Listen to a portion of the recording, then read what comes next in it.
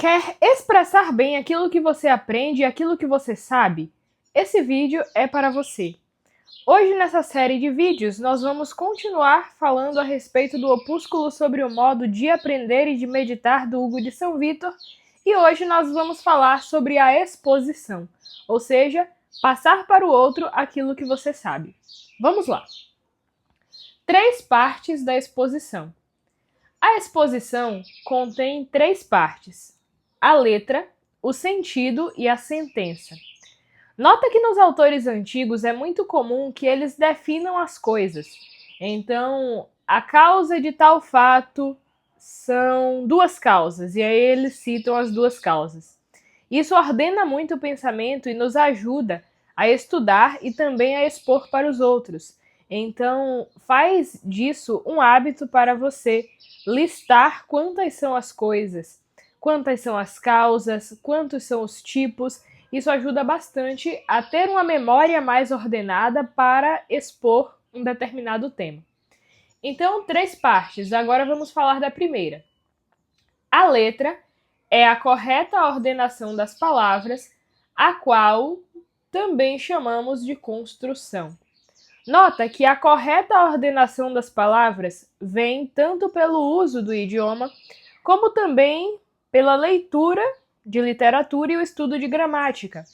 Quando nós lemos e estudamos gramática, o nosso vocabulário aumenta e o jeito que a gente ordena as palavras se torna mais claro para nós. Por quê? Todos os dias, você que está assistindo esse vídeo fala a língua portuguesa e você fala nós vamos ao cinema. No entanto, você fala de um modo um pouco mecânico. Você aprendeu a falar aquilo e você fala desse modo. Quando você estuda gramática, você dá um passo a mais e agora você sabe por que você escreve nós vamos ao cinema. E você também entende que existem outras construções possíveis, mesmo que sejam menos utilizadas. Então, ao invés de falar nós vamos ao cinema, eu posso falar ao cinema nós vamos. Ainda que seja uma construção pouco comum no dia a dia, é uma construção que pode servir às vezes em outras ocasiões. Caso você esteja, por exemplo, escrevendo um poema, pode ser útil a você que as palavras estejam em uma ordem diferente do habitual, para favorecer o ritmo, para favorecer as rimas e assim por diante. Então, quando você estuda gramática e literatura, você nota que a ordenação das palavras pode muitas vezes significar o que o autor quis dizer. Existe um exemplo disso, que é um texto de Santo Tomás de Aquino, em latim, que para o português não tem uma tradução muito boa, porque em latim, Santo Tomás consegue construir uma frase colocando primeiro a escuridão e depois a luz, para falar da criação. Em português, nós não conseguimos fazer isso, porque se eu digo a luz iluminou as trevas, na sua imaginação você já recebe aquele jato de luz e não tem a experiência do que é ter primeiro as trevas e depois chegar à luz. É claro que você poderia fazer uma voz passiva aí, só que a voz passiva não explicaria o que Santo Tomás quer explicar. Então, a ordenação das palavras não é só usar as palavras na ordem que todo mundo utiliza, mas é ordenar as palavras e utilizar as palavras de modo que elas expliquem aquilo que você quer dizer. Dito isso, vamos ao próximo ponto: o sentido. O sentido é um delineamento simples e adequado que a letra tem diante de si como um primeiro semblante. Então, quando eu expresso uma sentença e essa sentença está na ordem correta, existe um sentido que você pode captar. E esse primeiro sentido é o que o Hugo de São Vítor chama de algo simples. Você capta logo, você escuta logo. Mas existe mais um ponto, que é o seguinte: a sentença, que é aquilo que vem depois do sentido, é uma mais profunda inteligência. a qual não pode ser encontrada senão pela exposição ou interpretação.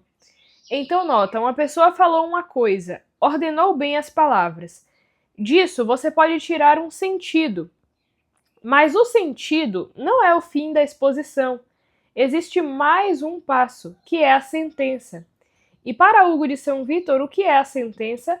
É algo que você só pode encontrar na frase ordenada dentro do sentido se você para um pouco para refletir ou se alguém te expõe aquilo. Então, quando você for falar, a sua fala também precisa conter essas coisas. E como é que a fala contém isso? Isso daqui não é o Hugo de São Vítor que está falando, mas com um pouco de experiência que eu tenho nesse assunto, acredito eu que seja você olhar para a realidade antes de expor as coisas. Porque muitas vezes nós falamos de ideias que vieram à nossa mente, mas nem tudo que vem à nossa mente é verdade, tem um fundo ali. Por isso, antes de falar algo, nós precisamos meditar, refletir, encontrar na realidade aquilo, porque senão a gente fica falando sobre coisas que não existem. Por exemplo, quantas pessoas falam da paciência sem saber o que a paciência é? E como é que você pode saber o que é a paciência? Encontrando referentes reais na realidade.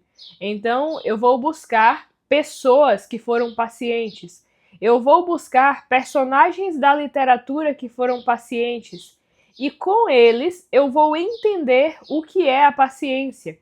Depois eu posso até fazer uma formulação teórica e dizer o que é a paciência. Mas eu preciso ter esse fundo de realidade nos meus pensamentos.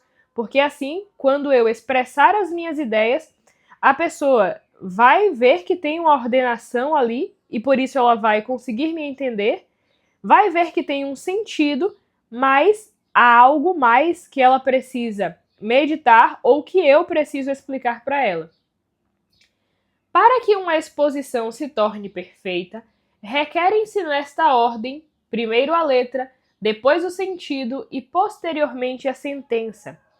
Isso daqui é um antídoto para aquilo que nós vivemos na sociedade moderna, em que muitas pessoas acham que não é necessário estudar gramática, que isso é uma besteira e que nós devemos focar no sentido e na sentença. Muitas vezes também excluindo a sentença. Observa que uma coisa leva a outra. Eu ordeno bem as palavras e por isso a pessoa consegue encontrar o sentido. E porque ela encontra o sentido, é possível ir mais além e encontrar uma sentença. A gente não pode jogar nenhuma dessas três partes fora. Então, treine isso. Eu sugiro que você treine primeiro em textos. Tente colocar isso primeiro em textos. Escrever ajuda a ordenar o nosso pensamento, porque as ideias vêm rapidamente e a velocidade que nós escrevemos é muito menor. Então, esse espaço de tempo permite que você consiga pensar um pouco mais e ordenar as palavras, ordenar as suas ideias antes de escrever. Esse foi o vídeo, eu espero que você tenha gostado. Um forte abraço para você e até a próxima.